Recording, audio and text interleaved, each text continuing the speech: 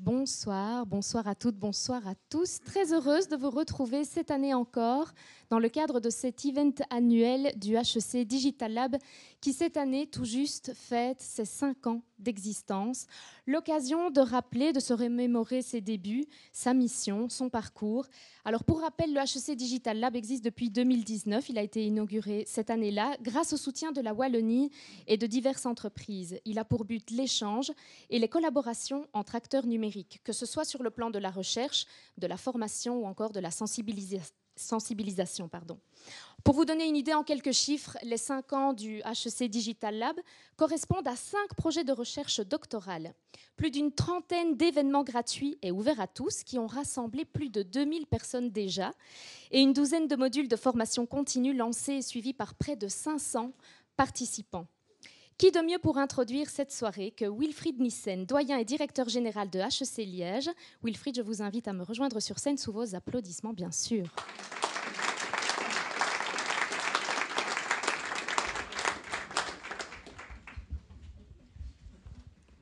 Alors Wilfried, je suppose que vous vous souvenez de la toute première soirée d'inauguration. Quel regard est-ce que vous portez sur le parcours du HEC Digital Lab ? D'abord, bonsoir à toutes et à tous. Bienvenue ici au château de Colonster. Alors, le Digital Lab, pour nous, ça faisait partie de la stratégie de l'école qui a un axe transversal lié à la transformation sociétale. Transformation sociétale que nous lisons à travers la transformation entrepreneuriale, digitale et durable. Alors, je vous rappelle qu'on est en 2019, puisque le monde a quand même fortement changé depuis lors. Et ce que nous voulions, c'était créer une plateforme à l'intérieur de l'école qui irrigue à la fois l'enseignement, la recherche, mais aussi le service à la communauté, le service à la région. Et c'est comme ça qu'on a commencé à réfléchir comment le digital peut transformer nos sociétés. Alors on le sait, HEC est très proche du monde de l'entreprise. C'est le cas aussi pour le Digital Lab. Pourquoi est-ce important d'y associer les entreprises ? Alors ça, c'était une volonté. Une volonté, c'était d'abord d'aller chercher des fonds privés. Des fonds privés parce qu'une business school, je pense qu'elle n'a de sens que si elle a un impact sur son environnement. Alors ça se fait à travers la recherche sur la communauté de recherche, mais les travaux de recherche, de partage de connaissances, de création de connaissances, doivent aussi avoir un impact sur les entreprises et se faire en partenariat avec les entreprises.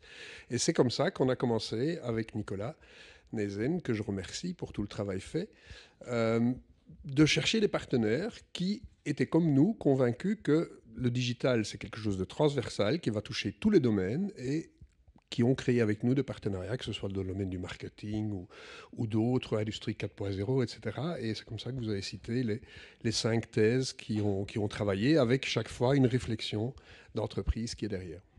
Et il y a aussi cette volonté d'aligner les actions du Digital Lab avec la stratégie digitale de la Wallonie. Là aussi, c'est un choix délibéré ? Alors, dans un second temps, et ça aussi c'était délibéré de le faire dans un second temps, nous avons cherché à avoir le soutien public. Et le ministre Borsu, qui est là, nous a soutenus depuis le début, et je le remercie aussi. Mais on était assez crédible, je pense, d'aller trouver le public avec les entreprises qui étaient conscientes qu'il fallait bouger, qu'il fallait que notre région bouge.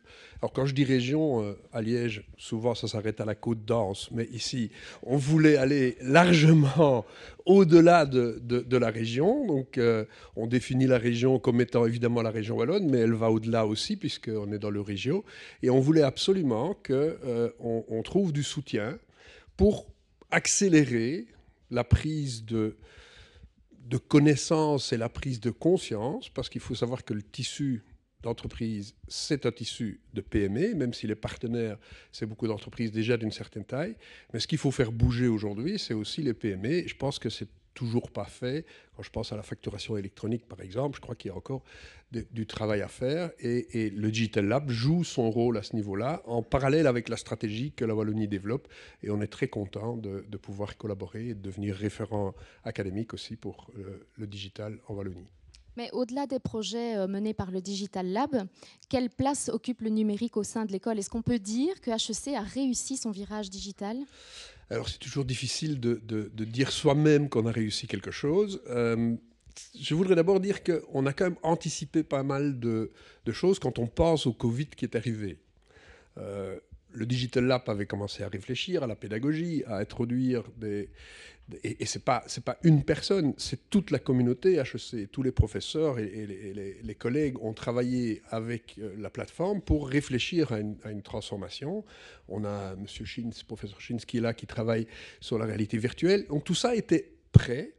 Et à un moment donné, arrive le Covid, où là, le digital prend un rôle central. Et on ne peut pas dire que ça s'est passé sans heurts, mais on a très vite pu passer à quelque chose de digital. Alors aujourd'hui, ces réflexions continuent parce que l'après-Covid, on aurait presque envie d'arrêter tout le digital pour que les gens reviennent dans les auditoires, qu'ils reprennent un crayon, qu'ils prennent des notes.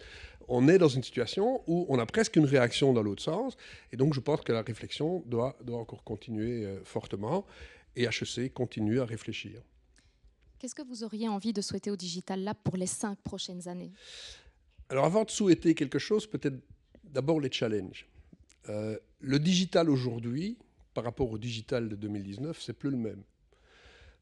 Aujourd'hui, on parle beaucoup de données, on parle d'intelligence artificielle, ça s'est accéléré à une vitesse absolument dingue sur les derniers mois. Pensez à ChatGPT. Aujourd'hui, quand vous recevez un travail d'étudiant, qui l'a écrit ? Alors, ce qui est rassurant ou pas, c'est que parfois vous trouvez une magnifique phrase, vous savez très bien que ce n'est pas eux qui l'ont écrit, vous leur demandez de l'expliquer, ils ne savent pas l'expliquer, donc vous avez compris que ce n'est pas eux qui l'ont écrit. Mais bon, là on commence alors à se poser des questions d'éthique. On commence à se poser toute une série d'autres questions, d'analyse, et donc les technologies vont évoluer. Et ça, c'est le challenge pour le Digital Lab pour les 5 années à venir. Alors, ce que je souhaite, c'est qu'on ne discute pas que de digital, parce que derrière le digital, on a l'humain. Et l'humain est fondamental, parce que grâce au digital, je pense qu'on va créer beaucoup d'emplois, mais on va aussi changer l'emploi de beaucoup de personnes, et il va falloir gérer ça. Et je pense que le Digital Lab et HEC de manière générale est peut-être un endroit où on va pouvoir continuer à réfléchir, à créer de la connaissance et partager de l'expérience avec les entreprises, et je l'espère aussi, avec la région wallonne comme moteur derrière le Digital Lab. Donc, je profite de l'occasion de remercier tous les partenaires, parce que je n'aurai pas la parole après. Et je me félicite d'avoir fait ça dans le sens où on l'a fait, et je félicite toutes les équipes de l'école qui ont travaillé dans ce sens-là. Merci. Eh bien, merci beaucoup, Wilfried, d'avoir introduit cette soirée avec nous. On va regarder à présent une petite rétrospective du HEC Digital Lab en images.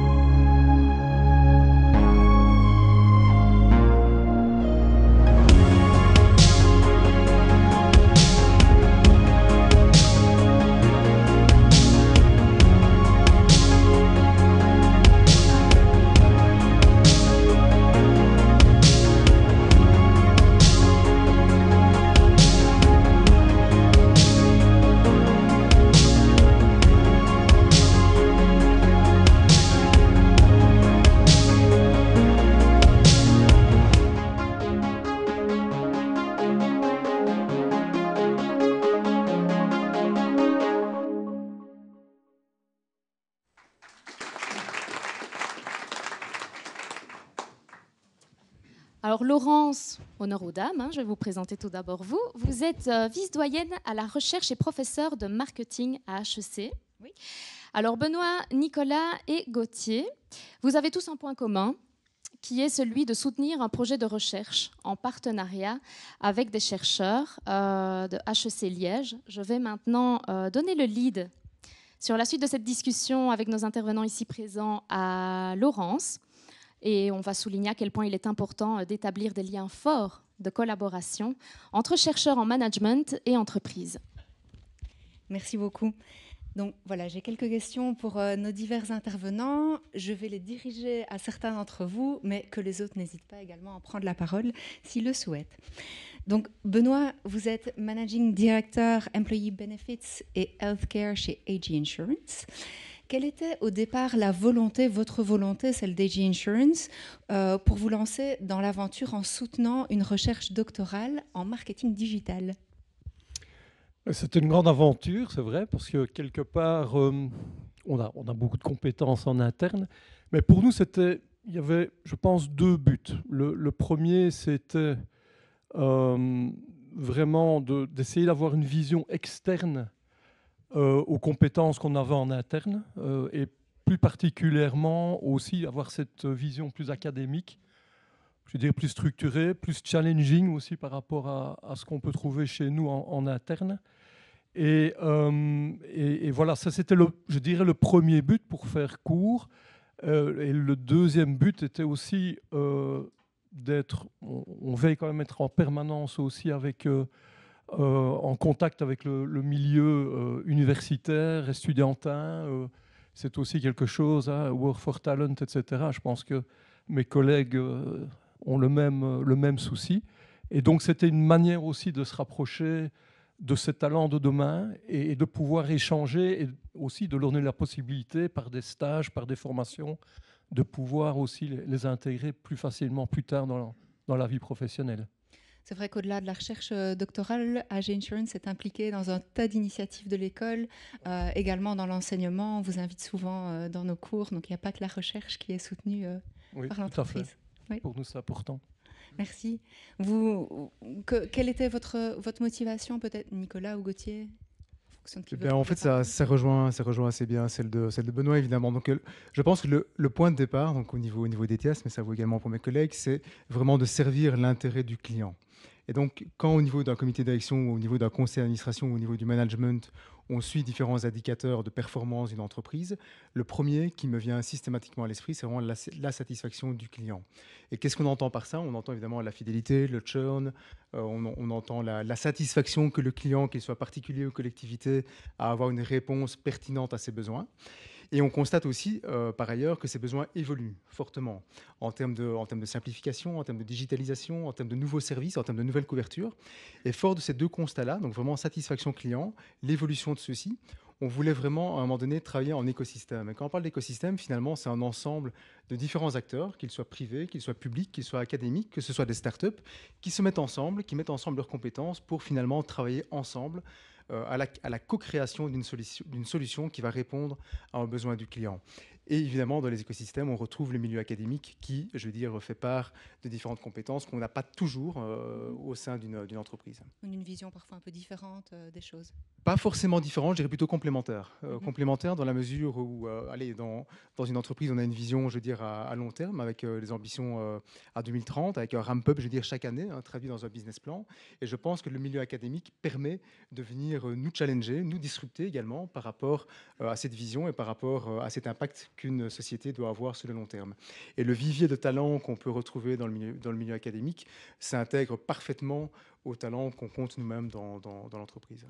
C'est bien parce que ça me permet de rebondir sur la question que j'avais pour vous. Donc, vous soutenez une recherche doctorale sur la modélisation et la prédiction du comportement et des préférences des clients grâce à l'intelligence artificielle. Et du coup, ma question pour vous, c'était est-ce que vous voyez une différence dans la façon d'aborder une problématique, qu'elle soit abordée chez vous en interne par vos employés habituels et les personnes avec qui vous avez l'habitude de travailler, ou justement par les équipes scientifiques d'HEC Liège? De nouveau, je vais répondre un peu de la même façon qu'à la question précédente. Pas vraiment une différence, c'est vraiment une vraie complémentarité. Donc vous parlez de la gestion des données dans une entreprise de service, c'est évidemment fondamental. C'est stratégique de pouvoir bien comprendre, de pouvoir gérer, de pouvoir exploiter intelligemment ces différentes données pour comprendre, pour une compagnie d'assurance, c'est important, pour comprendre le passé, l'historique, comprendre finalement la volatilité, les coûts moyens, la fréquence qu'on peut observer par rapport à différents sinistres. Il ne faut pas oublier que dans une compagnie d'assurance, c'est un cycle inversé, hein, donc on paye une prime et finalement le prix de revient, on le connaît un an après en fonction de l'aléa qu'on a connu ou qui n'a peut-être pas eu lieu.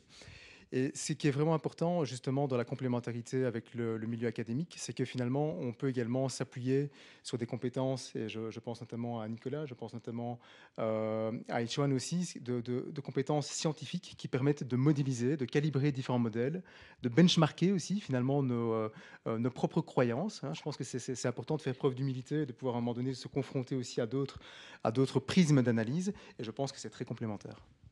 Parfait. Donc on travaille main dans la main dans un écosystème et on collabore vraiment ensemble vers un but similaire mais de façon complémentaire. Tout à fait. Merci beaucoup. Gauthier, j'en viens à vous. Peut-être rebondir sur la première question d'abord. Quelle était votre motivation en faisant appel à HEC pour une recherche doctorale? Oui, je pense que beaucoup de choses ont été dites, donc je vais pas répéter tout, mais pour compléter ce qui a été mentionné, je pense que de notre côté, il y a aussi une volonté de rester un peu à la pointe de la technologie, parce que forcément, on a envie d'y être, forcément, on voit les enjeux et on essaye d'en tirer le plus possible de toutes ces technologies dont on parle, l'intelligence artificielle, l'IA générative, etc. Mais voilà, pour une société comme la nôtre, Partenamut, c'est pas le core business forcément. Donc on a des équipes qui sont dédiées à ça. Je m'occupe d'équipes dont c'est le métier. Mais si on veut aller plus loin, si on veut être sûr d'anticiper finalement les développements ou de faire des paris, je dirais, technologiques à plus long terme, ben, c'est aussi forcément un excellent moyen pour nous de pouvoir le faire, quoi, d'avoir en l'occurrence Nelly qui est ici avec nous, ben voilà, de permettre d'aborder des sujets qui ne sont pas, je veux dire, les besoins de demain, mais qui pourraient être les besoins de 6 mois, 1 an. Il y a une forme quelque chose comme d'anticipation. ça. Exactement. Il y a une forme d'anticipation que je pense qu'on ne pourrait pas se permettre en interne pour des questions de stratégie, pour des questions de compétences et peut-être même pour des questions de coûts, tout simplement. Ressources, voilà. oui, tout à fait. Pour en dire peut-être un petit peu plus sur la recherche doctorale que vous soutenez chez Partenamut, donc il s'agit d'une recherche doctorale sur le traitement et la génération du langage naturel pour les applications de services à la clientèle. Donc on parle ici encore d'un domaine spécifique de l'intelligence artificielle. Exactement. On parle dans le domaine spécifique de l'intelligence artificielle qui est lié à l'intelligence artificielle générative dont on parle beaucoup et plus globalement au traitement du langage. Ça a forcément beaucoup d'intérêt pour nous parce que les interactions avec nos membres, par exemple, elles sont très nombreuses. Hein. On reçoit énormément d'appels, on reçoit énormément de mails, on reçoit énormément, on a énormément d'échanges. Avoir des méthodes qui permettent de comprendre les raisons pour lesquelles on est contacté, de comprendre si tous les sujets qu'on est censé pouvoir traiter, on les traite avec le même niveau de qualité, etc. Et si ce n'est pas le cas, comment on peut agir, comment on peut orienter les formations de nos agents. Enfin, tout ça, c'est des sujets très intéressants. Pour la partie de Nelly, il y a également tout ce qui est la gestion de la connaissance. C'est aussi un sujet, parce que forcément, il y a énormément de règles en termes d'assurabilité, en termes de remboursement, etc. Et à nouveau, on a beaucoup d'agents qui ne sont pas toujours... vous pouvez imaginer que c'est un domaine, il y a pas mal de turnover aussi. Ouais. Et donc voilà, par exemple, faciliter la mise à disposition des connaissances, des réglementations, etc., des procédures. Ça, c'est aussi quelque chose qui peut vraiment être traité de manière très intéressante par ce genre de technologie. Et vous avez déjà eu l'occasion de capitaliser finalement sur les résultats de cette recherche doctorale et de vous dire, tiens, ça a un impact vraiment, on va réfléchir sur notre stratégie par rapport à ce qu'on a discuté avec l'équipe scientifique? Alors, très honnêtement, pas encore, parce que je pense que c'est le début. Donc voilà, là on est plus dans une première étape qui est de mettre en place les choses, de définir les directions, etc. On voit déjà forcément l'intérêt du travail que Nelly fait pour nous, ça c'est très clair. En termes d'application de la recherche, je pense que là il faut encore se donner un peu le temps. Ouais. Parfait. Je retourne peut-être la question vers Nicolas ou Benoît. Est-ce que les recherches qui ont été effectuées ont déjà eu l'occasion de susciter des réflexions en interne dans vos équipes ? Des réflexions, certainement. Donc, je pense que la première valeur de ce partenariat, de cet écosystème, c'est justement de pouvoir confronter les idées, de pouvoir échanger les différents prismes d'analyse, comme je le disais tout à l'heure. Donc ça, c'est déjà, entre guillemets, une valeur qui est créée.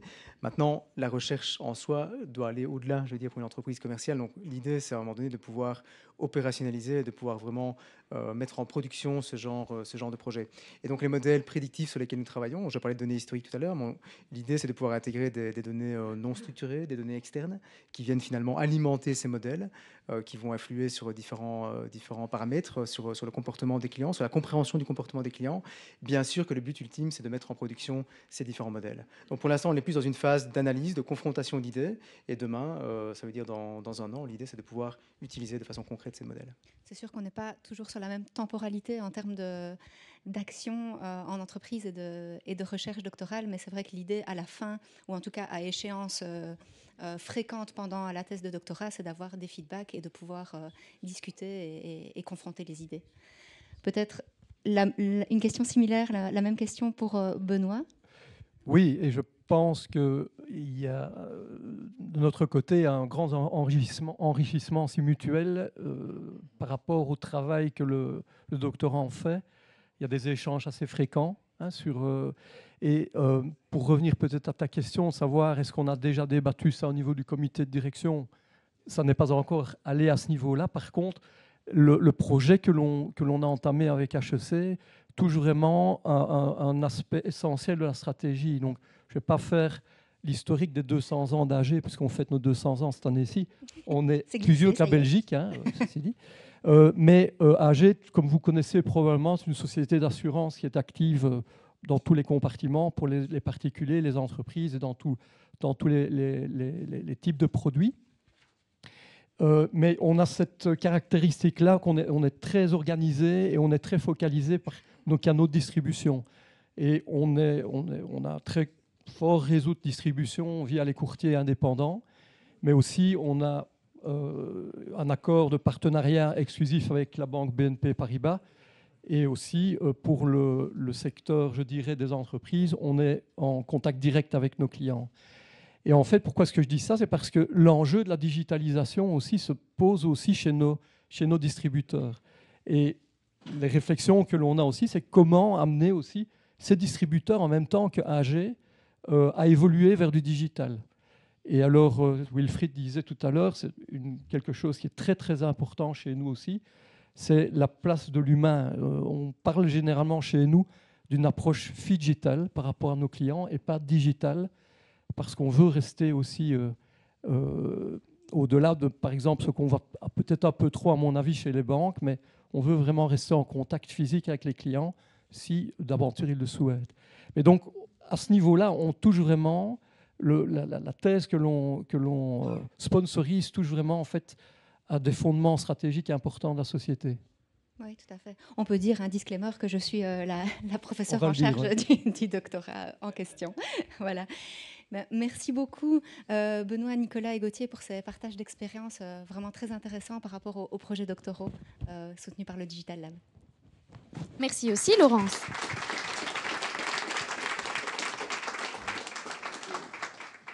On poursuit notre soirée après une courte vidéo à visionner tout de suite.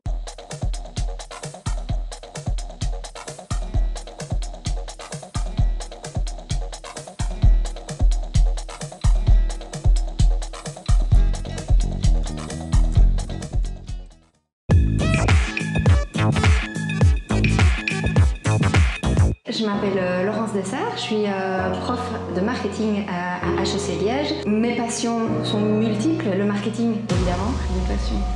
Le tricot. La couture, c'est vrai en plus. Moi c'est Dominique Medjatordi, je suis entrepreneur spécialisé dans le marketing digital. J'ai eu différentes expériences intéressantes et ma passion c'est le marketing digital, mais plus particulièrement l'engagement, les techniques d'engagement. Comment motiver un client, comment motiver aussi les employés à exercer des actions, à adopter certains comportements. Comprendre la psychologie du consommateur. Quand on arrive à gérer sa marque de façon optimale, on arrive à mieux engager les consommateurs.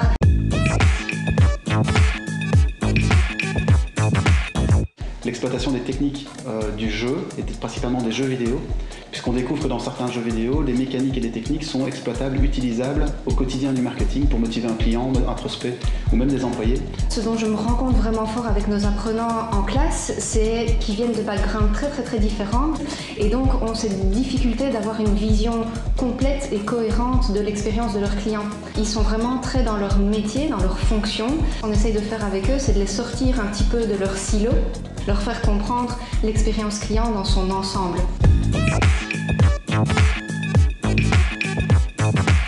On a découvert aussi récemment, peut-être depuis 4 ou 5 ans, c'est que le marketing est devenu, enfin il a toujours été, extrêmement psychologique. Et on voit ce que massivement des consommateurs peuvent adopter comme comportement en fonction de certains triggers, de certains leviers qu'on peut activer sur les réseaux sociaux. Moi je fais le parallèle avec les jeux. C'est-à-dire que les réseaux sociaux ressemblent trait pour certains points à une mécanique de jeu vidéo.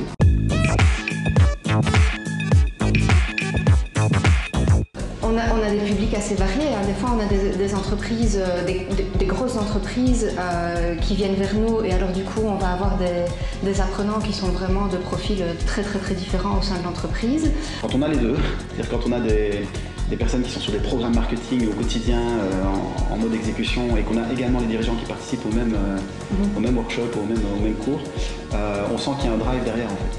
Et alors là, ça crée aussi pas mal d'émulation parce que ils viennent tous avec une vision assez différente. On essaye de les faire travailler sur un cas commun. Et alors là, ils viennent tous avec leurs propres idées, leurs propres expériences. Ça sort du domaine de leur fonction et de leur entreprise. Et ça permet pas mal de créativité aussi.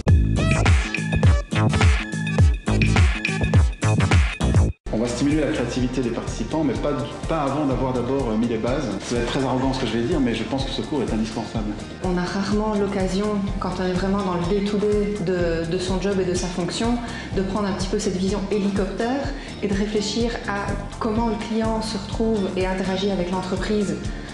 Vraiment, tout au long de son parcours client, on a rarement le temps de prendre ce recul-là en fait. Et nous, on fait vraiment ça.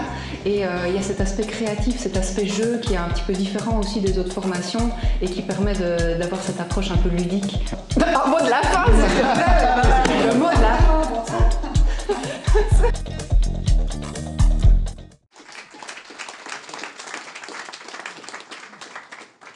Après avoir parlé de l'importance d'établir des liens forts entre chercheurs en management et entreprises, on va parler à présent de l'importance des compétences et de la formation pour relever le défi de la transition digitale. On va poursuivre avec Sylvie Anne Piet, directrice de HEC Executive Education, l'organe qui gère les programmes de formation continue au sein de HEC Liège. Nous allons également accueillir à nos côtés Yves Collinet, Julien Stock, Sandra Van Dorp et Olivier Vergenst. Vous pouvez me rejoindre. Tous les 5.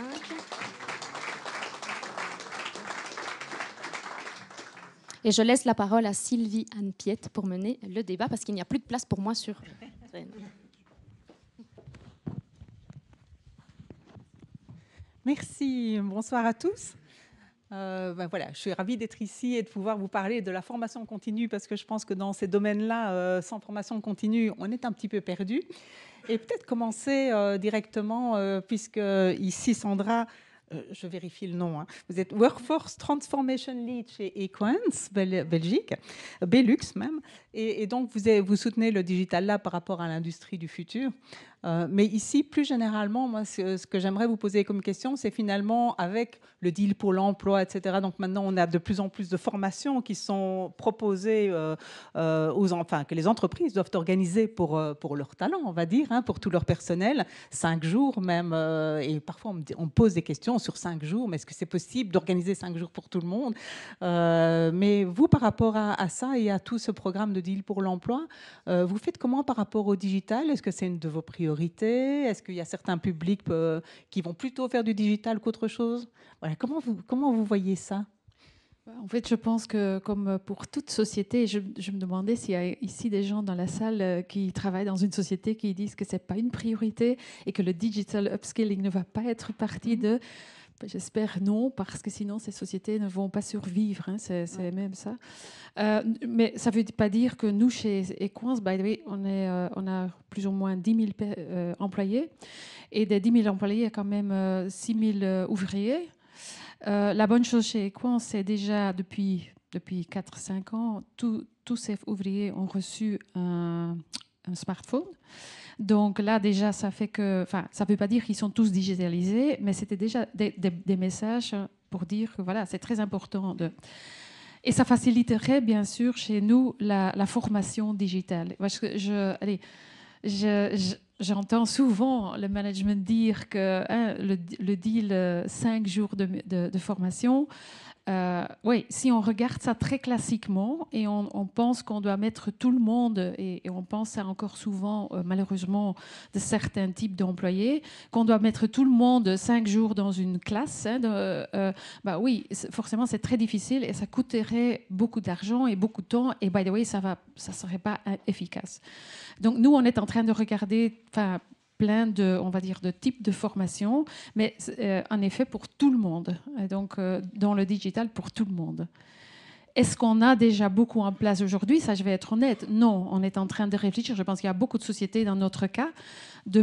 Si on parlerait ça il y a 5 ans, ma réponse serait aussi, il faut former tout le monde dans le digital. Mais là, je pense qu'il y avait encore beaucoup de doutes dans le management, de dire est-ce que c'est vraiment nécessaire de former tout le monde? Maintenant, il n'y a plus de doute. Je suis très franche là-dedans. Bon, Wilfried l'a dit, tous les métiers vont être touchés. On connaît des ratios entre 20 et 80% du job va changer, entre 20 et 100% des employés. Donc, il faut absolument former, et ça, c'est notre vision aussi. Et on a vraiment des réflexions au niveau groupe et au niveau Belux pour ça.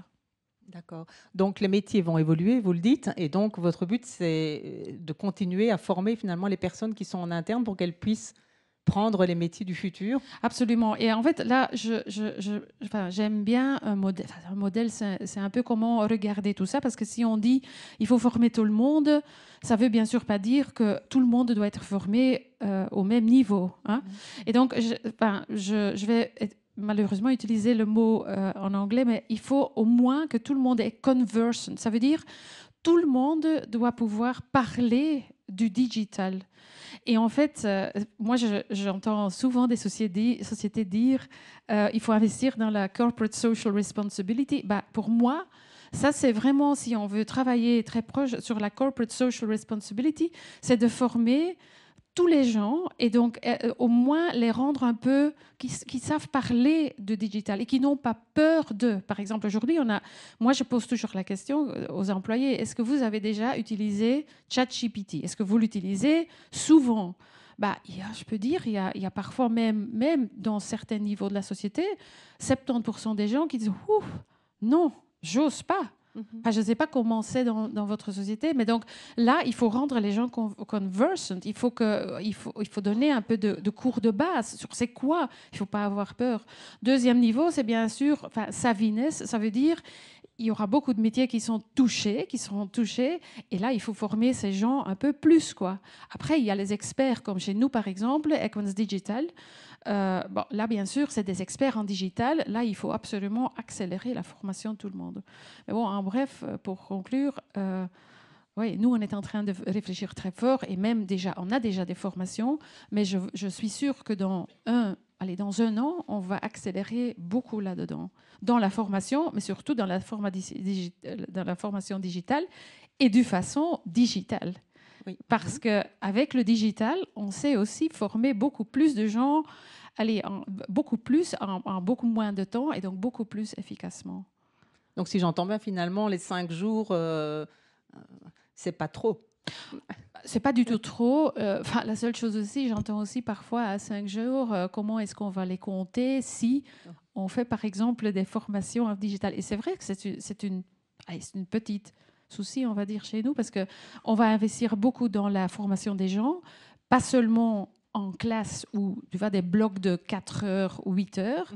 Et alors, un vrai souci, je sais que beaucoup de sociétés ont ce souci, c'est comment est-ce qu'on va mesurer le fait qu'on atteint ces 5 jours. Mais ça, c'est pas le plus important. Le plus important, c'est qu'on croit dans la formation des gens, pas comme un coût, mais comme un investissement. Et comme je l'ai dit au début, si on ne va pas le faire, c'est même pas pour rester compétitif. Parce que les sociétés qui ne vont pas rester compétitives, je suis sûre qu'ils ne vont même pas survivre.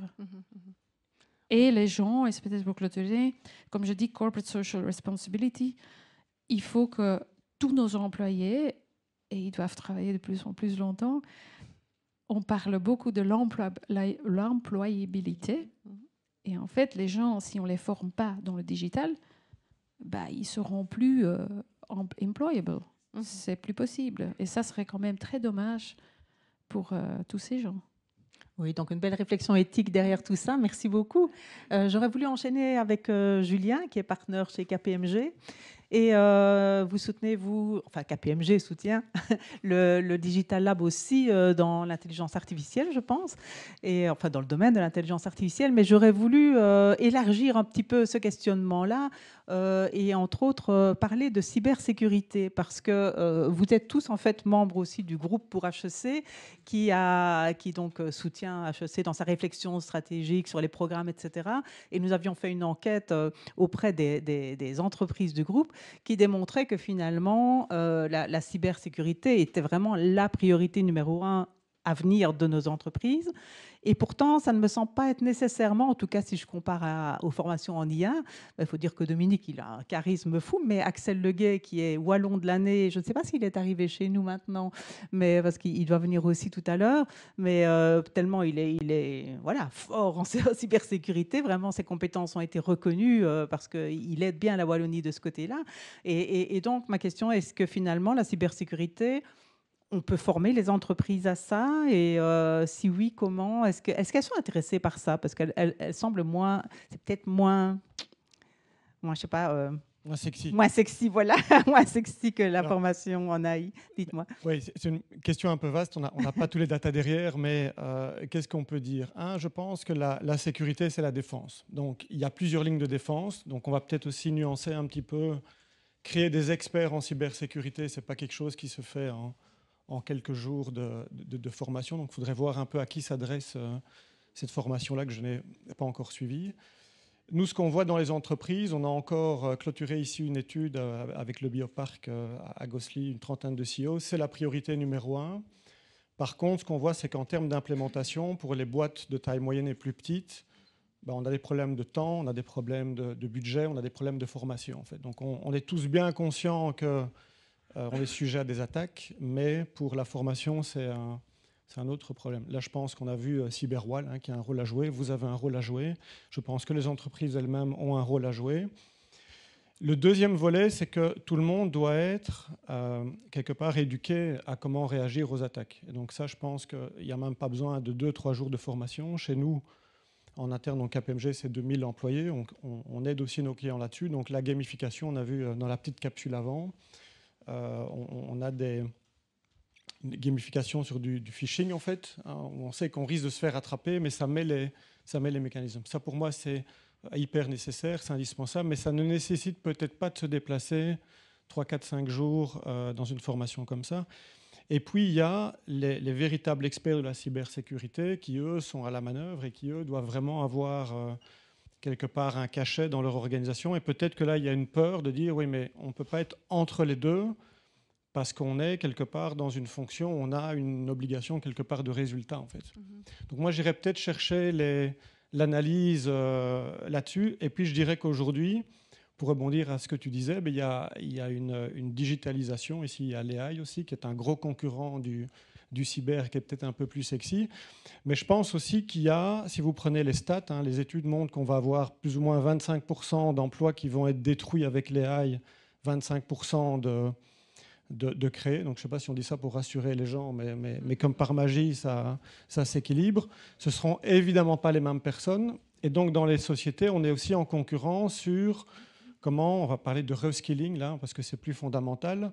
Où est-ce qu'on met l'effort de reskilling? On ne va probablement pas le mettre sur la cyber, parce que là, c'est des expertises pointues, mais on va peut-être le mettre comment on a une combinaison homme et AI dans les métiers de base. Donc je pense aussi que affiner un peu la compétition du reskilling, si je peux le dire comme ça, ce n'est pas un très beau mot, mais on comprend l'idée derrière, serait intéressant dans le programme de formation pour les années à venir. Oui, d'accord. Donc plutôt de la sensibilisation pour tout le monde. Parce que là, enfin, moi j'ai suivi le module quand même, donc je me souviens qu'entre autres, toutes les questions de téléphone portable, etc., qui sont des entrées monstrueuses vers parfois les bases de données de l'entreprise.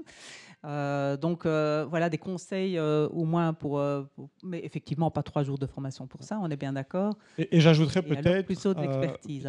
interpeller ici Monsieur le Ministre, mais qui n'est pas en charge de l'enseignement, je pense que ça devrait redescendre beaucoup, pas encore, on verra. On fera des annonces après. Je pense que ça gagnerait à descendre beaucoup plus tôt dans les écoles, en fait. Je suis moi-même papa de 3 enfants, la cybersécurité dans les iPhones, dans les jeux vidéo. Pour moi, c'est pas le rôle, à mon avis, au niveau des universités, il est déjà trop tard. Donc de redescendre ça et de l'intégrer dans les savoirs quelque part élémentaires. Oui, absolument. Comme on a fait un moment avec Facebook, etc., où on essaie d'amener de l'éducation. Et là, il y a aussi maintenant vraiment de l'éducation à la cybersécurité. Très bien. Peut-être Yves, partenaire chez Micropole, bonsoir, qui travaille avec nous. C'est vrai qu'il y a quelques années, quand le Digital Lab a démarré, Nicolas est venu me trouver. Il me dit, bon, on va quand même faire une formation continue sur le numérique, sur le digital. Et puis, il a réfléchi à tous les experts qui étaient dans ses partenaires. Et Micropole était un de ces experts. Et donc, vous avez développé alors une formation qui porte sur, au départ, je vais dire ça, jusqu'à maintenant, sur les data et l'innovation organisationnelle. C'était vraiment la thématique qui était développée. Et puis, l'année passée, on en rediscute, parce qu'on discute chaque année, évidemment, de nos programmes. Et là, tu me dis, ah oui, mais on va changer maintenant. on va changer, les choses ont évolué, on va changer et on va aller effectivement plus vers l'IA et l'innovation organisationnelle. Est-ce que tu peux un peu expliquer ce qui fait que tu dis que ça a changé et qu'est-ce qui va changer? Bon, que ça va changer, je pense qu'on est tous d'accord là-dessus. Je ne vais pas faire l'argumentation ici. Par contre, peut-être un petit mot d'histoire sur cette formation, donc data et innovation organisationnelle. Donc là, je rejoins l'intervention de Wilfried tout à l'heure qui disait que l'organisation, enfin l'humain reste central. Donc déjà dans le sujet de la data, il est primordial parce que finalement les data sont quand même générées par des transactions qui sont générées par des humains. Donc pour les comprendre, il y a tout un rôle là à jouer. Et donc en fait, on se trouve ici plutôt en 2015. Si je me souviens bien, Nicolas, j'interviens dans un meet-up et je viens avec un cas à l'époque. On n'a pas encore fait la formation, non, 2017, pardon, sur la transformation de la société de télécom et de médias VOO, qui est assez connue en Wallonie, en fait, qui se posait des questions par rapport à la valorisation de ces données, déjà à ce moment-là. Donc c'est finalement une société qui a été très, très précurseur sur le sujet. Et on a eu la chance de passer par là à ce moment-là et de les accompagner, donc de les aider à profiter de cette vague du cloud. À l'époque, c'était vraiment, ça l'est toujours, mais je dirais maintenant c'est tellement, à l'époque c'était révolutionnaire, de dire mais les data, pour qu'elles soient utilisables par l'ensemble de l'écosystème de l'entreprise, le cloud est un endroit idéal pour le faire. Donc on avait eu la possibilité de mettre ça en œuvre. Et puis en témoignant lors d'une soirée de Digital Lab, une des premières, je crois qu'il y avait dans le meet-up, il y a toujours un peu de socialisation après, comme vous savez, donc on discute un peu avec Nicolas et il me dit peut-être qu'on pourrait essayer de faire une intervention dans une de nos formations exécutives, ce qu'on a fait, puis c'est devenu un module. Donc c'est comme ça que à partir de 2019-2020, je crois, on a commencé à donner cette formation. Et donc on voit ici une tendance qui est venue, un cours qui a été déterminé au départ par une entreprise précurseur dans laquelle nous avions eu l'occasion d'intervenir, et donc on l'a mis au service, si vous voulez, de Digital Lab, donc avec plusieurs sessions assez successful. Et puis ce qu'on constate maintenant, c'est qu'avec la rupture que provoque maintenant l'arrivée de l'IA générative, pas de l'IA parce que ça fait tellement longtemps que c'est là, mais en tout cas de l'IA générative, il y a plus qu'une conscience, il y a un vrai game changing, un changement de jeu qui se passe aujourd'hui.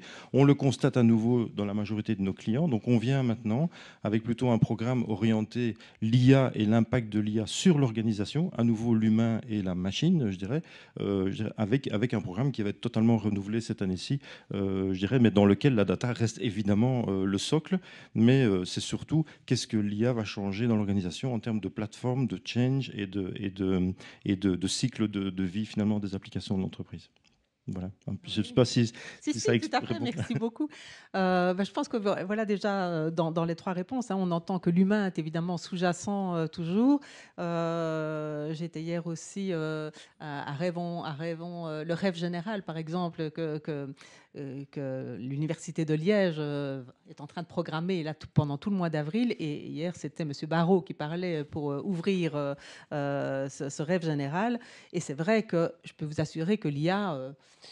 il l'a bien descendu pendant au moins la demi-heure où il a parlé. Et donc, on va revenir un peu sur l'éthique aussi. Je crois que ce sera vraiment intéressant. Et entre autres, j'aurais bien aimé aussi alors parler avec toi. Donc, j'ai oublié et le titre exact. Donc Olivier, qui est donc le directeur de l'Institut belge du numérique responsable. Donc nous voilà aussi sur l'éthique et sur la responsabilité. Les universités ont de toute façon cette mission finalement de soutenir l'esprit critique et c'est vraiment, ça se ressent dans toutes nos formations. On ne fait pas une formation sans se poser chaque fois la question oui mais et pourquoi faisons-nous les choses. Et donc finalement, est-ce que tu penses que cette responsabilité, cette éthique, cette réflexion, on peut l'avoir à travers une formation? Comment développer ça finalement? Alors, très clairement, le rôle de l'université, du monde académique au sens large, est quelque chose de très important dans le développement de l'esprit critique, ça c'est certain. Donc, peut-être juste pour dire aux participants d'où je viens, qui je suis, donc j'étais directeur IT dans des grandes entreprises internationales et on a lancé en octobre 2020 l'Institut belge du numérique responsable, basé sur son équivalent en France. On a commencé avec 3 membres et on en a entre-temps 80 en Belgique et 260 au niveau européen. Là-dedans, très rapidement, on a vraiment visé le monde académique aussi. On a eu la chance d'avoir Nicolas Nissen qui est venu nous chercher très vite et puis Wilfried qui a décidé que le HEC deviendrait un de nos membres, puisqu'on est une association non subsidiée. Et le fait de travailler avec l'académique, 1/6 de nos membres sont des organismes d'enseignement. À peu près un quart des PME, un quart des grandes entreprises et puis les pouvoirs publics pour le reste. Et donc l'esprit critique là-dedans est un élément très important, le développement aussi d'études scientifiques sur les impacts environnementaux du numérique, sur les bienfaits que le numérique apporte aussi, puisqu'il y a toute une série d'axes où le numérique peut nous aider à réduire notre empreinte environnementale dans d'autres domaines, et puis aussi toutes les collaborations avec par exemple les associations pour tout ce qui est accessibilité, inclusion numérique. On retrouve aussi tout un travail de l'agence du numérique par exemple sur tout le baromètre de l'inclusion, etc. Et donc le fait de se poser les questions sur comment utiliser toutes ces technologies, on parlait de l'intelligence artificielle, énormément de potentiel, une série de risques à la fois éthiques, d'impacts environnementaux, etc. Mais donc c'est toujours la question de choisir comment utiliser cet outil au mieux et comment éviter de tomber dans le superflu, le superficiel, comment réduire notre impact tout en bénéficiant de tous ces bienfaits. Oui, en même temps, M. Barrault nous disait hier, si on trouvait demain l'énergie propre et qui soit renouvelable à tout jamais, ce serait la vraie catastrophe pour l'humanité, puisqu'on continuerait à faire du développement non-stop et sans réfléchir au pourquoi. Qu'est-ce que vous pensez de ça? Alors effectivement, un des problèmes principaux du numérique, en fait, c'est l'extractivisme. Il faut extraire énormément de métaux. La question n'est pas tellement la finitude des métaux, parce qu'on continue à trouver de nouveaux gisements assez régulièrement, mais le problème, c'est tous les impacts liés à cette extraction. Déjà, d'un point de vue énergétique, pour l'instant, ce sont d'énormes machines uniquement énergie fossile, et aussi tous les impacts environnementaux qu'il y a autour de toutes ces mines, etc. Donc, de nouveau, la question va être de se poser dans quel cas avons-nous besoin de changer d'équipement, typiquement? Est-ce qu'on doit absolument avoir une nouvelle télévision tous les 4 ans pour la Coupe du Monde ou pour les Jeux Olympiques? Mais garder aussi toutes ces ressources formidables pour des choses comme les énergies renouvelables, les équipements médicaux, etc. Ce sont les mêmes métaux sur lesquels il y a compétition. Et pour vous qui travaillez sur l'IA, alors, quel est votre point de vue sur l'éthique et le développement de l'esprit critique par rapport aux recherches auxquelles vous participez? Je pense que ça, on est au tout début, en fait. Je pense qu'on n'a pas encore vraiment confiance, en tout cas dans toutes les entreprises, de l'impact que ça peut avoir. Je vois on parle aussi de Green IT, qui commence à être un petit peu à la mode. Il faut faire attention à que ce ne soit pas du greenwashing, mais je pense qu'on doit s'approprier à un moment donné les technologies, si on est dans les pionniers, puis il faudra probablement remettre le curseur un peu en dessous. Je pense qu'il y a l'aspect énergétique, il y a aussi l'aspect humain, je reviens là-dessus, parce que les entreprises ont aussi une responsabilité sociétale de comment combiner en fait ces nouveaux pouvoirs avec les talents de l'entreprise. Oui, absolument. Et dans les organisations, j'imagine qu'il Alors, il y a de quoi dire nous aussi. peut-être 2-3 considérations sur le sujet. Donc, la première, c'est que on forme énormément de gens. Je parle en France ici parce que nous sommes un groupe français.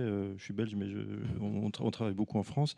Donc, on forme énormément de gens à l'utilisation de ces technologies, en particulier au prompting, comme on le dit maintenant, et à l'utilisation des résultats qui sortent en fait de ces machines. Et en fait, notre message principal, il est: le résultat n'a de valeur que s'il est validé par un expert. Et donc, on recommande et on décommande, je sais pas comment je dois dire, on recommande vraiment de ne jamais utiliser les résultats, je parle d'IA générative ici, sans l'avoir validé par un expert qui peut valider. Premier point. Deuxième point, on recommande également que le prompt, qu'on ne prompte que sur des sujets qu'on connaît ou qu'on maîtrise déjà. Ou sinon, on raconte n'importe quoi et là, on commence à dire que ça marche pas, que c'est hallucination, machin, tout le truc. Et troisième considération, c'est par rapport à l'impact environnemental dont on parlait et tout ça. Je voulais juste faire un appel ici. On est relativement en retard en Belgique par rapport à ce qui se passe en France. Je ne sais pas si certains de vous ont l'occasion d'aller le voir. On est interpellé par tout le monde, par tous les clients. Il n'y a aucun projet qui se fait aujourd'hui sans que l'impact du projet soit, à un moment donné, discuté en comité de projet. Donc, c'est quelque chose qui ne se fait pas encore en Belgique. Je ne parle pas de la Wallonie en particulier, mais de la Belgique en général. La France est en avant. Et je voulais insister sur le rôle de l'Institut que Olivier est en train de promouvoir en Belgique. En France, ils font autorité. En Belgique, il a 80 membres. Génial, mais pas assez. Clairement, merci. Voilà, vous êtes tous là, vous avez compris. Hein. Mais effectivement, ça se voit, on en discutait avant, ça se voit dans la formation. Donc, on a la chance d'avoir pu organiser ensemble une formation sur le numérique responsable, dont le Green IT est un des éléments principaux. Et c'est quelque chose qui n'est pas encore regardé avec amour, comme l'IA peut l'être par les entreprises. Pourtant, il y a un réel avantage compétitif, déjà parce qu'on réduit ses coûts, son empreinte, etc. Et puis simplement parce que ça devient un des critères de choix. On commence à le voir dans des appels à projets publics, par exemple, de grandes entreprises aussi. Et je vois de plus en plus souvent des entreprises françaises débarquer sur le marché belge parce que les entreprises belges ne répondent pas à ces critères. Et donc, c'est là où on essaye d'aider justement à développer ce côté économique, qui est un avantage vraiment de regarder son empreinte pour pouvoir vendre ses services mieux. Oui, c'est là que le digital, finalement, touche à la durabilité et qu'on va trouver vraiment un lien. Et c'est comme ça aussi qu'on développe maintenant les formations sur la durabilité, conseillers en développement durable pour les PME, etc. Et avec la difficulté d'éviter de tomber dans le greenwashing. Voilà, c'est ça. C'est ça la question, oui, tout à fait. Peut-être pour rebondir aussi, ce qu'on voit, tu parlais de retard ici, je pense qu'il y a aussi un retard du leadership par rapport à ces nouvelles technologies. J'imagine quand je vois l'audience qu'on est plutôt dans les couches au-delà de la moyenne qu'en dessous. Et donc nous, on recommande aussi qu'au lieu de bloquer, il faut accompagner en fait. Donc il faut vraiment qu'à notre niveau, je me mette dedans, on comprenne ce que c'est, parce qu'en gros, je fais aussi le lien avec la cybersécurité. On n'interdira pas, on a Bring Your Own Device à l'époque, c'était un peu le problème. On ne peut pas bypasser ça, il faut l'accompagner. Le génératif, c'est la même chose en fait. Si vous bloquez les systèmes, ils vont se loguer sur leur Google, ils vont... Aujourd'hui, avec tous les clouds, c'est facile. Donc, il faut vraiment le faciliter et le baliser parce que de toute façon, ce phénomène, il est là, il a commencé. Et aujourd'hui, ça vient d'en bas et ça monte. Donc, si le haut ne reconnecte pas, il y a des grandes bêtises qui peuvent se faire. Oui, puis on sent aussi qu'il y a une certaine inertie, je vais dire. Il y a un danger, mais il y a une certaine inertie. Je prends par exemple la blockchain. Là aussi, il y a une grande inertie alors qu'on sait que ça commence à se développer très fort. Et puis... il faut vraiment, je vous invite tous, on a une conférence gratuite sur la blockchain bientôt chez nous, mais vraiment venir voir les cas et les usages, parce qu'on entend ce mot-là, mais on se dit c'est trop compliqué, c'est pas pour moi, alors que ça vaudrait la peine vraiment de venir se renseigner. Mais c'est un peu moins, ça a l'air plus compliqué que ChatGPT et que créer des images en 2 secondes, hein, on est bien d'accord. Et qu'en est-il par rapport, alors Sandra, par rapport à chez vous, la cybersécurité, c'est au programme ou bien... C'est certainement au programme. Hein. En fait, on a une formation, comme je pense plein de sociétés, une formation obligatoire sur la cybersecurity, qui est malheureusement, je peux le dire, qui n'est pas sexy, comme tu le dis. Pourtant, il est très possible de faire des formations sexy, si on peut dire comme ça. Je ne vais pas nommer la société, mais j'ai quand même suivi, il y a quelques années déjà, une formation cybersecurity. Et en fait, le format, c'était du Netflix, quoi. Okay. C'était une série Netflix niveau Netflix. Et en fait, je peux te dire que la plupart des employés étaient en attente de l'épisode prochain. Et tellement bien que c'était fait. By the way, cette formation, après je peux vous dire c'est quelle société, et cette formation, ils vendent cette formation. Pour vous dire, allez, c'est vraiment, si on est un peu plus créatif, donc on doit aussi réfléchir autrement de comment former les gens. En termes de pédagogie. Aussi, par exemple, il faut que... On sait que le leadership, déjà, un peu derrière lui, et en plus, toujours, et c'est normal, l'investissement et tout, mais il faut un peu lâcher et il faut un peu laisser expérimenter les gens. Parce que sinon, ils expérimentent ailleurs. Voilà. Donc, il faut absolument revoir aussi la façon dont on forme les gens et il faut un peu laisser expérimenter. Bien, très bien. Je vous remercie en tout cas pour toutes vos réponses et je me réjouis qu'on se revoie rapidement.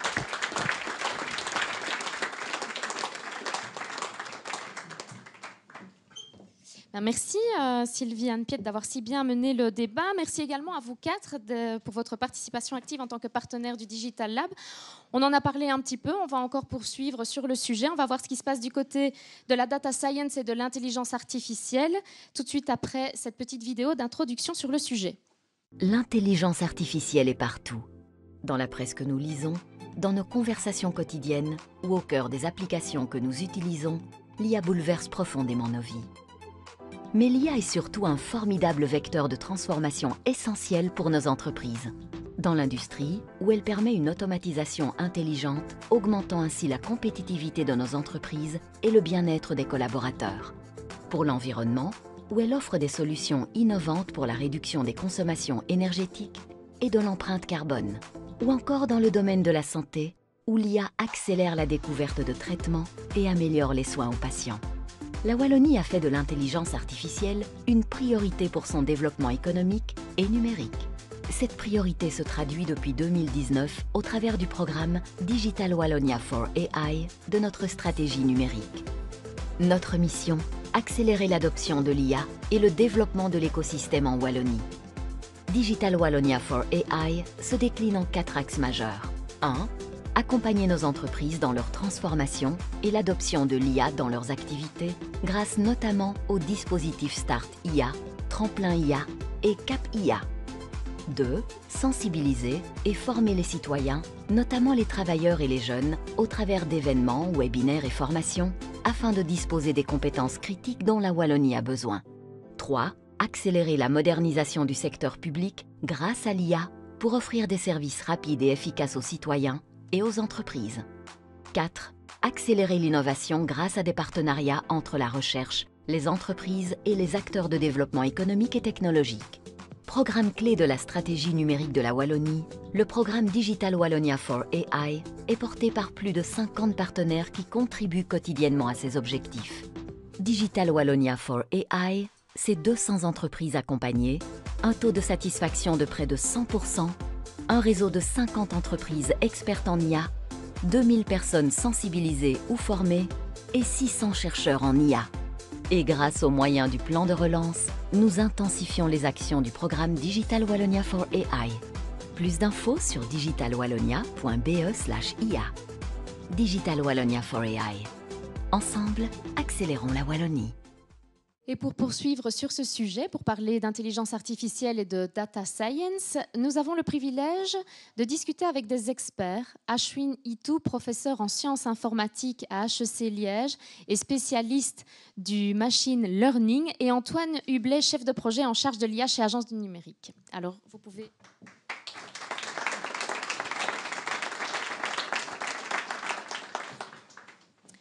Alors, première question pour vous, Ashwin. Oui. Vous avez activement participé à la fondation de la communauté Data Science Liège, effectivement, en collaboration avec le Digital Lab. Qu'est-ce que vous retenez de tous ces échanges et interventions entre passionnés et curieux de l'intelligence artificielle? Plusieurs choses.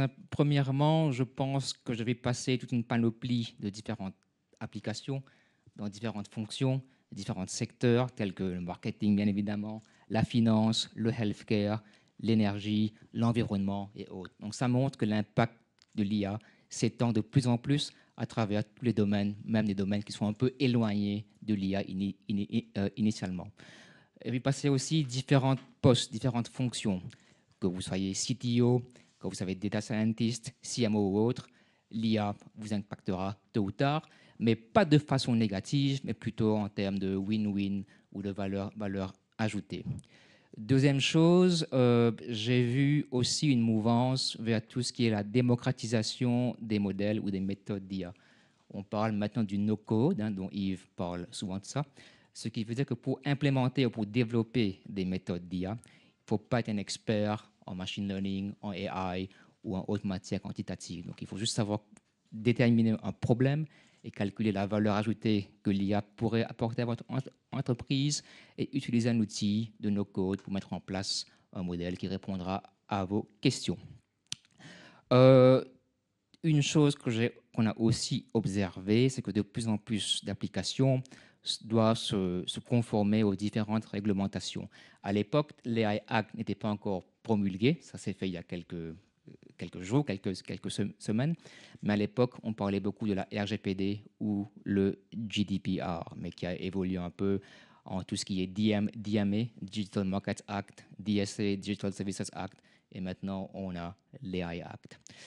Quatrième chose, la plus intéressante, c'est que pour attirer des foules, il vous faut de la bonne bière et une bonne pizza. Ouais. Alors, Antoine, Data Science Liège, c'est terminé, mais ce n'est qu'un changement de nom puisque la communauté fusionne avec une autre initiative, les carrefours de l'intelligence artificielle. Pourquoi cette fusion? Qu'est-ce qui a motivé ça? Alors, je dirais la première raison, et Benoît Huc, directeur général de l'Agence du numérique, l'évoque souvent, Digital Wallonia, c'est une dynamique qui est une dynamique partenariale. Et derrière Digital Wallonia for AI, on travaille avec une série de partenaires, dont l'HEC. Et précédemment, on organisait ce qu'on appelait les carrefours de l'IA, qui étaient des webinaires où on a eu, je pense, sur 2 ans, approximativement 2000 inscrits. C'est une initiative qui se rapprochait extrêmement fort des Data Science Meetup et qui était à la fois peut-être complémentaire. Aujourd'hui, on voit vraiment une plus-value à collaborer avec l'HEC Digital Lab parce qu'on a deux, on va dire, on est l'agence du numérique et les porteurs, on va dire, des carrefours de l'IA et l'équipe de l'HEC Digital Lab vont pouvoir justement être tout à fait complémentaires à l'avenir en bénéficiant en fait de la force de frappe du programme Digital Wallonia for AI en termes de communication, mais aussi en bénéficiant des use cases, des projets qu'on finance dans le cadre du programme Digital Wallonia for AI et en bénéficiant de l'expertise de toute l'équipe de l'HEC Digital Lab qui se sont effectivement démenés, on va dire, pour les précédentes éditions de l'HEC Digital Lab et des Data Science Meetup. Une belle complémentarité, en effet. Alors, Ashwin, depuis plusieurs mois, on parle quasiment plus que d'intelligence artificielle générative. Lorsqu'il s'agit d'intelligence artificielle, c'est un peu réducteur. Comment cette petite révolution affecte-t-elle le monde scientifique et plus particulièrement les travaux de recherche dans ce domaine? D'accord, donc ce n'est pas une petite, mais une très, très, très grande révolution, je pense. Donc, je vais commencer par l'aspect scientifique, recherche scientifique, et mettant un peu plus globalement, si j'ai le temps, bien sûr. Alors, pour les recherches scientifiques, ça nous aide dans beaucoup de choses. Premièrement, si on veut avoir un overview d'un sujet assez récent, on peut utiliser des méthodes génératives comme des LLM, des GPT et autres pour faire une synthèse de la revue de la littérature. Et d'ailleurs, récemment, j'ai dû faire un use case sur CRISPR, qui est une nouvelle technologie qui promet beaucoup de choses dans le traitement des maladies assez graves. Ce n'est pas un domaine que je maîtrise bien, mais un IA génératif m'a aidé à faire cette revue de la littérature. Cependant, cet avantage a aussi un très, très, très grand désavantage, comme l'ont souligné mes collègues auparavant. Je ne suis moi-même pas expert de le domaine médical, donc je me fie complètement à ce que me dit GPT ou Llama ou autre. Donc ça pose un problème de véracité, en fait. On ne peut pas vérifier ce qui est vrai ou ce qui est faux. Par ailleurs, récemment, dans la presse, vous l'avez vu sûrement, un article scientifique a été publié, généré par un LLM, GPT ou autre, je pense.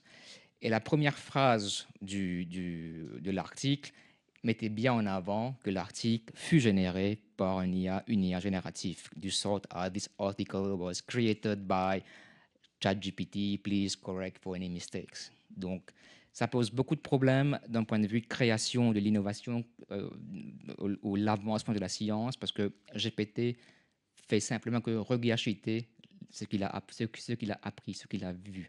Il n'apprend rien de nouveau. Donc, il y a plusieurs risques associés à ça. Donc, un couteau à double tranchant, je veux dire.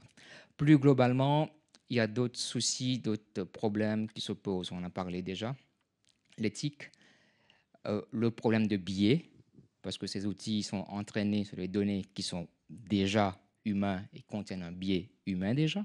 Je vous conseille d'aller lire le cas de Eric Loomis versus Wisconsin State, qui est un cas très, très, très bien connu, dans lequel une IA a été utilisée pour juger quelqu'un en cours, pour lui donner un risque de récidivisme. Il fut assigné un très gros risque. Son avocat était assez intelligent et a demandé à avoir les données qui étaient utilisées pour entraîner l'algorithme. Et comme par hasard, les données qui étaient utilisées pour entraîner contenaient une variable pour, disons, l'ethnicité, qui était dominée par des gens d'une certaine ethnie. Donc l'algorithme, il apprend à trouver des shortcuts.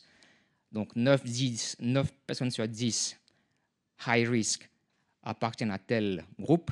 Forcément, si moi j'appartiens à ce groupe-ci, je vais être classifié comme étant high risk. C'est statistics never lie, comme on dit. Donc, le biais est un très, très, très gros problème. Deuxième problème, hallucination. Donc, il donne des fausses informations qu'on ne peut pas vérifier à chaque fois. Troisième problème, bon, les aspects de remplacement de job, etc., plus 25 et moins 25%, ça on a parlé. Mais un gros problème que je vois survenir, c'est tout ce qui est green computing. On en a parlé déjà. Ces méthodes de LLM sont entraînées sur des bases volumineuses de données et consomment une quantité énorme d'énergie. 500 MWh, 1000 MWh, etc. Donc, si on veut vraiment sauver l'environnement, il faut trouver des méthodes beaucoup plus lean, sans compromettre la performance. Et d'ailleurs, c'est un projet sur lequel on travaille avec Partnamut, de réduire cette taille de ces LLM afin qu'elle soit plus efficace en termes de vue, en point de vue energy consumption. Et pour rassurer Yves, je travaille aussi avec une autre entreprise pour définir un template, un guidelines, pour assesser l'impact de l'implémentation des méthodes de IA. On ne parle pas simplement des métriques de performance, F1, accuracy et autres, mais on parle, est-ce que l'IA est compliant avec l'AI Act? Quel niveau de risque il présente? Ban, high risk, minimal risk ou low risk? Est-ce que c'est un GPAI? Est-ce qu'on peut vérifier qui l'a écrit? Donc, on met en place un template qui vérifie tout cela. Donc, les choses se mettent en place. L'IA générative, c'est bien, c'est utilisable dans plusieurs fonctions, mais ça comporte aussi beaucoup de risques. Et finalement, ça vient renforcer ce qu'on a dit tout à l'heure, l'intelligence artificielle, oui, c'est bien, mais l'humain est très important. Exactement, l'humain reste toujours au centre. Par ailleurs, je viens de lancer une spin-off qui s'appelle Ayashi, qui est Artificial Intelligence as Human Intelligence. L'humain est toujours au centre. Alors, Antoine, pour en revenir au carrefour de l'intelligence artificielle, que pouvons-nous attendre de cette initiative de l'ADN et du Digital Lab? Avant tout, je pense qu'on doit s'attendre à une série de webinaires inspirants qui visent à témoigner, à montrer en fait la plus-value de l'intelligence artificielle dans différents secteurs. Alors en Wallonie, on a des secteurs clés comme le secteur industriel, le secteur des soins de santé, le secteur logistique, énergie, j'en passe.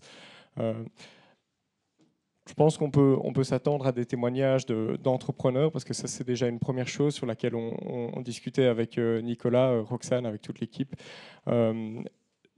simplement en fait, de mettre en avant les problématiques que rencontre chacun des secteurs, l'impact que l'intelligence artificielle a au sein de ces secteurs.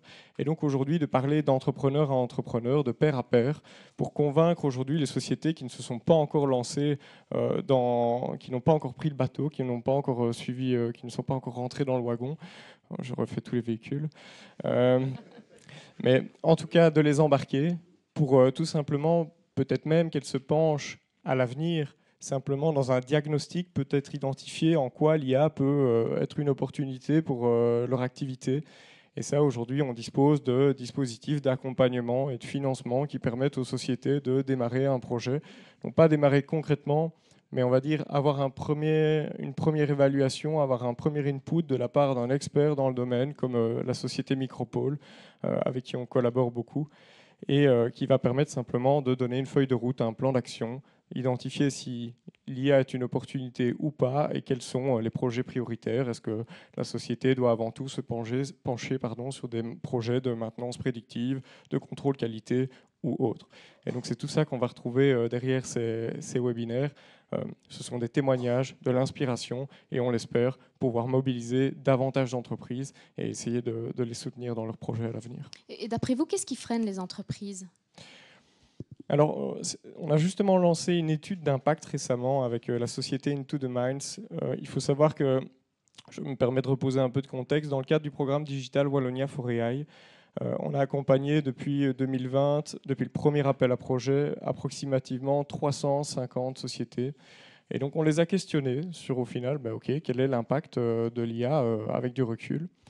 Et on leur a posé la question, mais qu'est-ce qui vous freine dans vos projets numériques de manière globale et par rapport à l'intelligence artificielle? Et en général, les sociétés, la première chose, elles n'ont pas les compétences en interne. Et en fait, les compétences de data science, elles sont rares.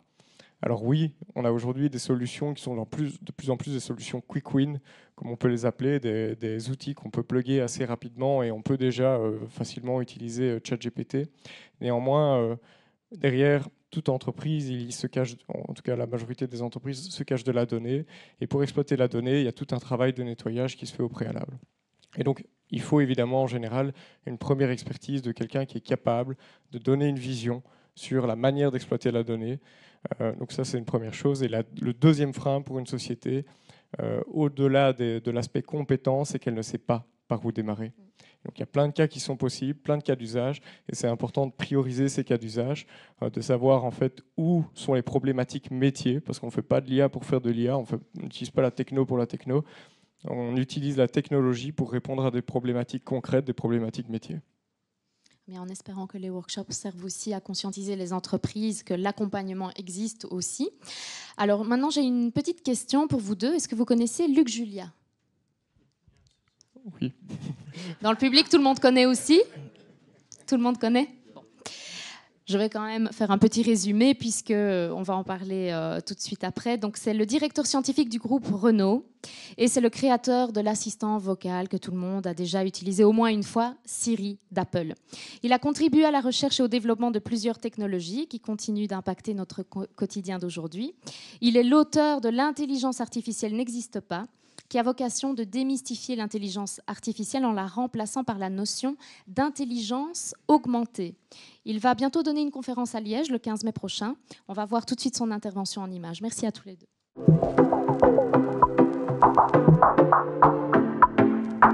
Bonjour, je suis Luc Julia et je suis très très heureux de faire partie de cet anniversaire aujourd'hui des 5 ans du Digital Lab de HEC.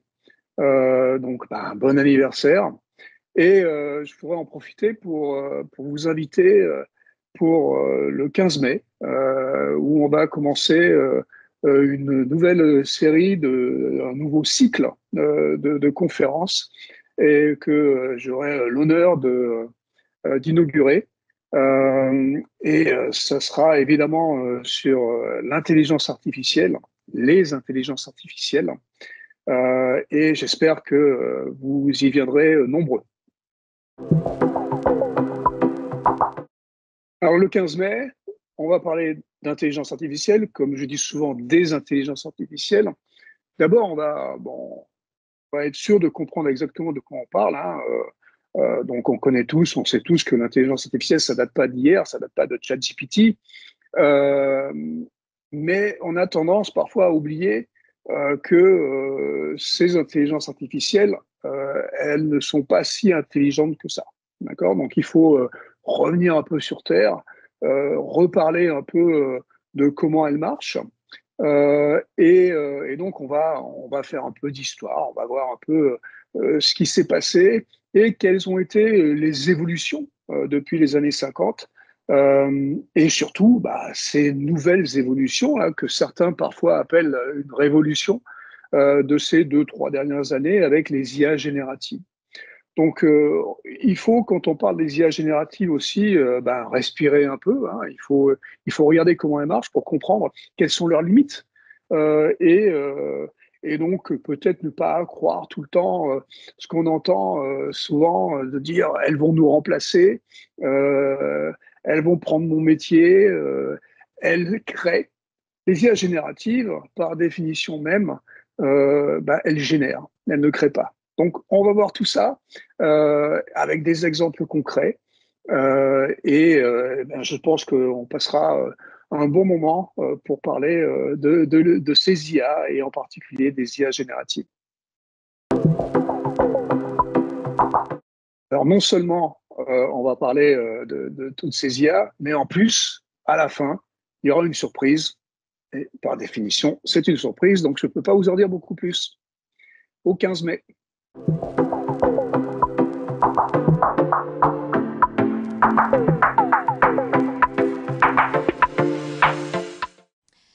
Le moment est à présent venu que j'accueille le vice-président de la Wallonie, ministre de l'économie, de la recherche et de l'innovation, du numérique. Il me rejoint avant même que j'ai fini d'énumérer toutes ses fonctions.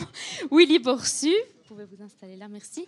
J'appelle également Benoît Hugues, directeur général de l'ADN, et Nicolas Neissel, responsable de la transformation digitale de HEC et directeur du Digital Lab.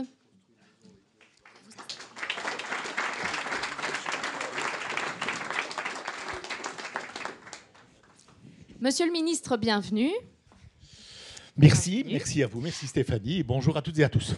Alors, nous arrivons en fin de législature. Pourriez-vous nous partager votre point de vue sur les avancées réalisées ces dernières années par la Wallonie en matière de numérique ? Félicitations d'abord pour le teasing, pour la conférence du 15 mai. Celui ou celle qui n'est pas présent le 15 mai, c'est vraiment, à mon avis, par distraction coupable.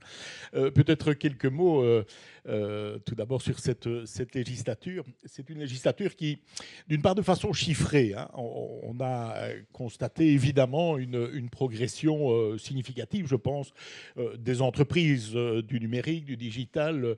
Si je compte les 500 plus grandes d'entre elles, elles représentent maintenant de l'ordre de 10 700, 10 800 emplois, chiffre de 2022.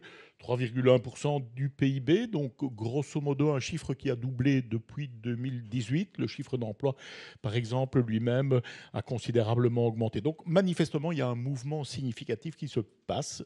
Première partie de ma réaction. Deuxième point, budgétairement, il y a une mobilisation assez forte, à la fois fruit de choix qui ont été opérés par le gouvernement et aussi de moyens disponibles et prioritisés à travers le plan de relance. C'est un peu plus de, suivant qu'on inclut complètement la recherche ou pas, un peu plus d'1,5 milliard consacré durant cette législature à différents volets, à différents aspects de notre stratégie numérique.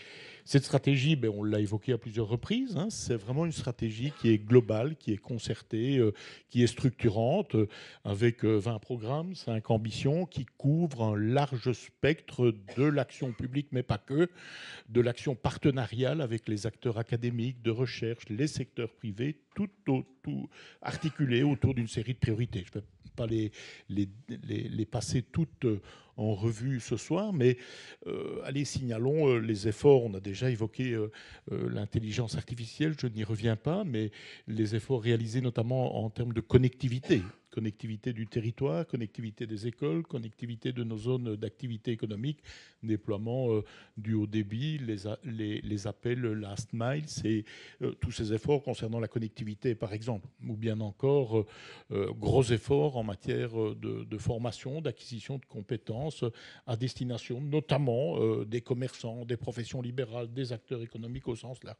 Le programme Industrie du futur, plus de 2300 entreprises ont été impliquées dans le programme Industrie 4.0. Donc on a non seulement une stratégie qui, je pense, est une stratégie qui est complète, qui est assez structurante, mais je pense qu'on couvre assez largement les volets de l'action publique susceptibles d'être activés par nos programmes. Mais je pense qu'on atteint des éléments de massification qui me semblent devenir significatifs. Il n'empêche qu'il reste beaucoup de chemin à parcourir, mais je pense qu'il y a manifestement eu une accélération, une prise de conscience, une mobilisation et des ressources pour ce faire. C'est une des questions que je voulais vous poser aussi. On a beaucoup d'entreprises qui sont représentées. Vous avez le sentiment que les politiques d'aide à la transformation numérique sont bien comprises, bien structurées et suffisantes ?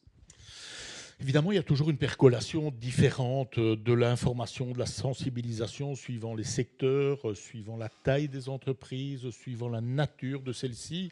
On rencontre aussi, bien sûr, dans un certain nombre d'entreprises, le fait d'avoir la capacité, si je puis dire, de lever la tête du guidon par rapport à l'immédiateté d'un certain nombre d'échéances, d'un certain nombre d'objectifs dans le métier qui est le métier cœur de cible de l'entreprise concernée.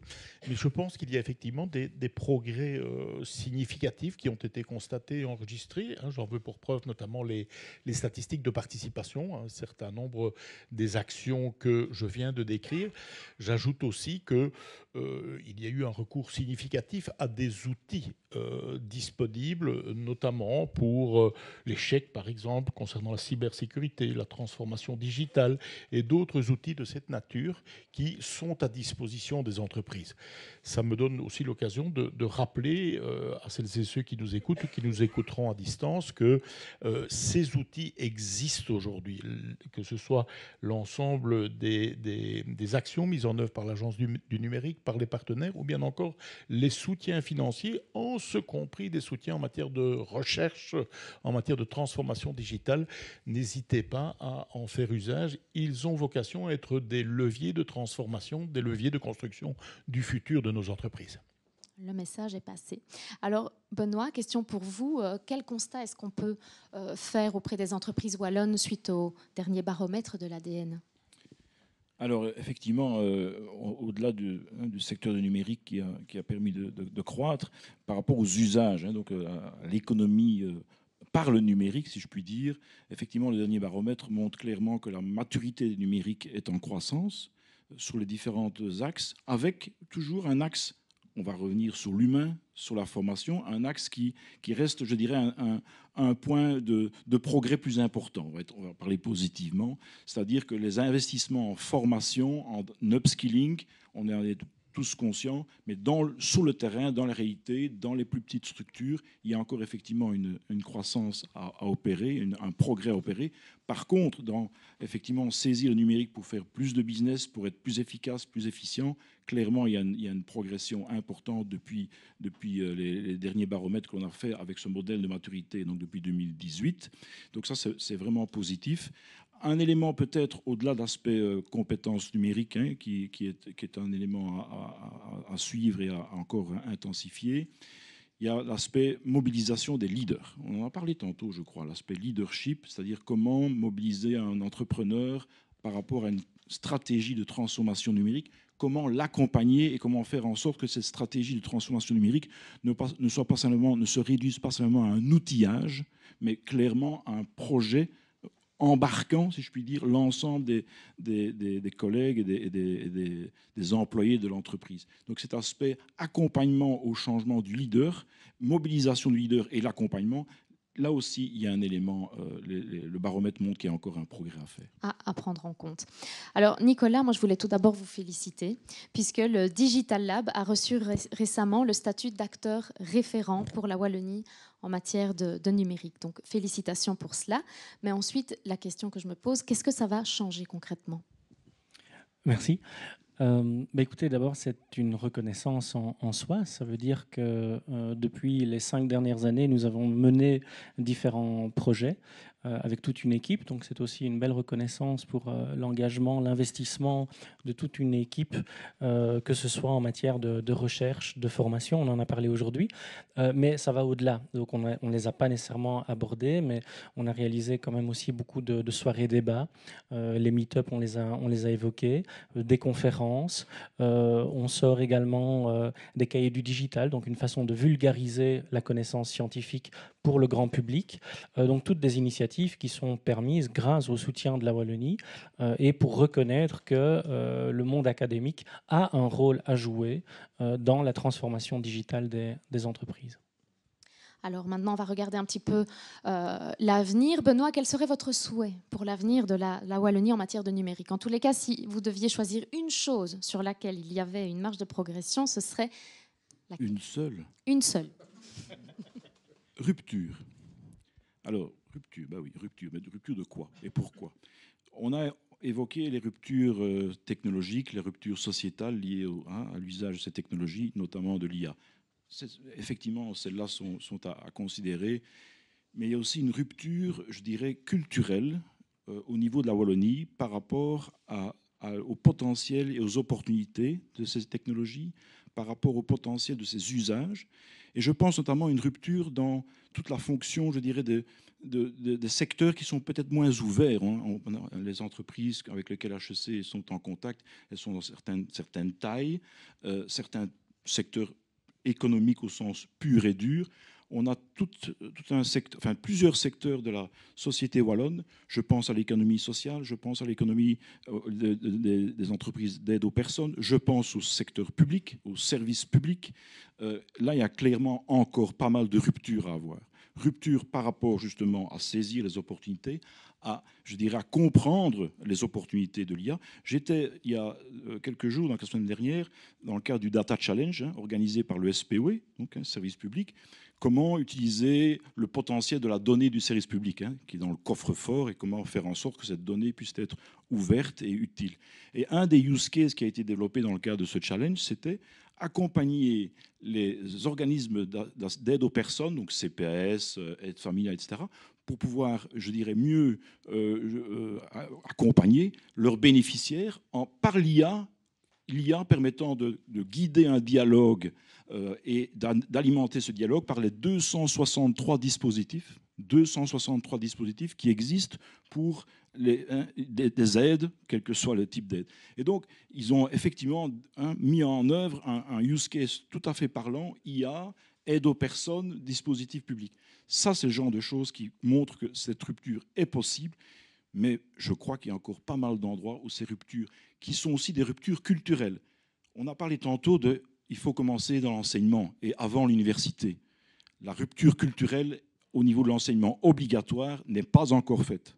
Le pacte d'excellence a loupé, je dirais, l'opportunité de saisir le numérique comme étant un moyen de développement des compétences et de l'algorithmique, pas uniquement. On parle de low code maintenant, donc peut-être qu'il faut aller plus loin, mais clairement, là, il y a une rupture culturelle qui doit être faite aussi au niveau de l'enseignement. Donc, rupture, avec un S.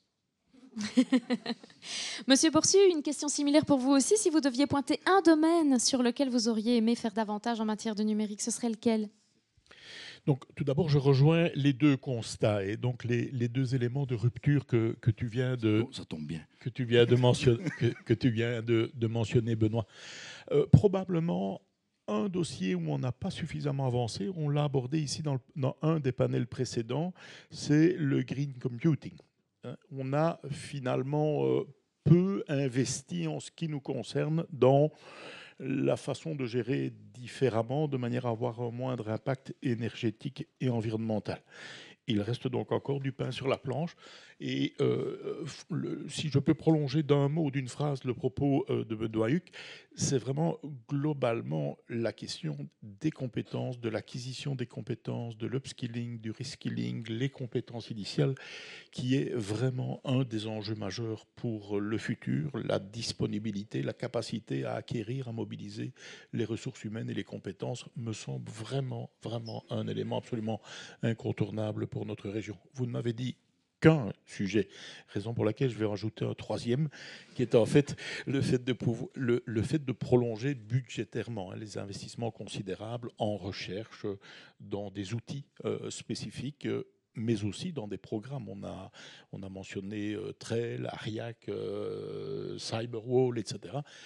Un des enjeux sera aussi de dire ces programmes ont performé, il faut budgétairement continuer à les soutenir. Merci beaucoup.